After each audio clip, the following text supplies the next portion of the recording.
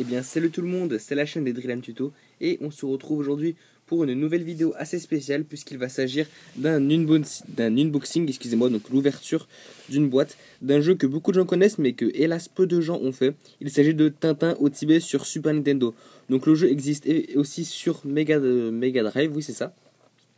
C'est un jeu infogramme mondialement reconnu pour sa difficulté fort diabolique, mais pour moi ça reste quand même un bon jeu. Donc j'ai eu l'occasion de le faire sur Mega Drive, et là étant donné que je l'ai commandé sur SNES pour pouvoir comparer les deux versions, j'ai été très surpris de voir que j'ai reçu le jeu neuf. Donc bien sûr je ne m'attendais pas puisque je l'ai pris dans la rubrique occasion, puisque je n'ai pas spécialement l'habitude d'acheter des jeux neufs, mais là sur le coup voilà, le jeu est neuf, il est là encore dans sa boîte d'origine et on va déballer ça tous ensemble. Donc on est ici affaire à une boîte de Super NES classique, donc les boîtes toutes pourries, toutes cartonnées comparées à celle de la Mega Drive qui était en plastique. Donc sur la face avant, moi j'ai une version apparemment allemande, hein, comme vous pouvez le constater, c'est pas Tintin au Tibet mais Team in Tibet. Donc ça change rien, c'est une version PAL, donc compatible avec les SNES européennes, on va dire ça plus simplement. Un jeu infogramme comme je l'ai dit, donc la face avant, donc on a une classique image de Tintin au Tibet. La phase arrière, on a un résumé que, et là je n'ai, je sais pas c'est quoi ça. On a un classique résumé, donc c'est de l'allemand, donc j'ai pas forcément Amdostun, Schuss, Flunchung. Voilà, donc faut sauver Chung apparemment. Des petites images sympathiques, rien de bien intéressant. On va directement ouvrir ça. Donc l'avantage d'un jeu neuf, c'est que je vais certainement avoir accès à des choses à l'époque exclusives, mais aujourd'hui qui ne valent plus rien du tout. Donc j'espère que vous voyez bien. On va ouvrir ça, hop. Donc ici la notice en allemand, hélas. Enfin bon, c'est pas très grave. On peut pas avoir le beurre et l'argent du beurre.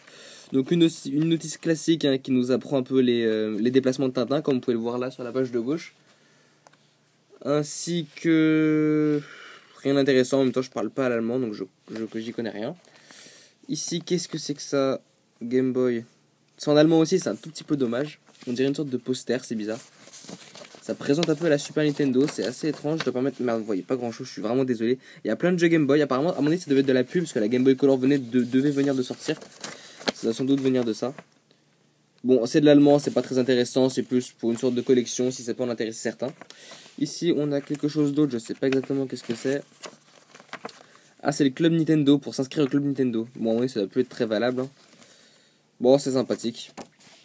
Ensuite, là, qu'est-ce qu'on a Super Nintendo, ça c'est un guide, c'est en allemand, ça fait chier quand même.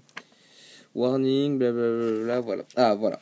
Ici, donc nous avons le jeu Tintin au Tibet, encore sous blister, donc en super bêta.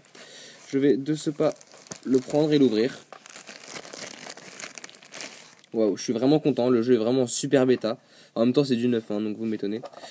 Donc, comme vous pouvez le constater, ici c'est en français, parce que Tintin c'est français, plus précisément belge. Et vu que les versions PAL sont toutes les mêmes, que ce soit, enfin toutes les mêmes en Europe, pardon. Donc en fait, en gros, il existe, pour être un peu plus rapide, il existe trois versions de Tintin. Donc la version PAL, c'est-à-dire la version européenne, comme j'ai là, la version américaine et la version japonaise. Donc bien entendu, les versions japonaises ne sont pas compatibles avec les SNES françaises. Mais bon, là, on se fait pas chier. Donc, bah, ouais, le jeu est en français, tout est en français, à part les notices, ainsi que la jaquette, mais bon, on s'en fout un peu. Donc voilà, c'est une moitié qui est quasiment terminée.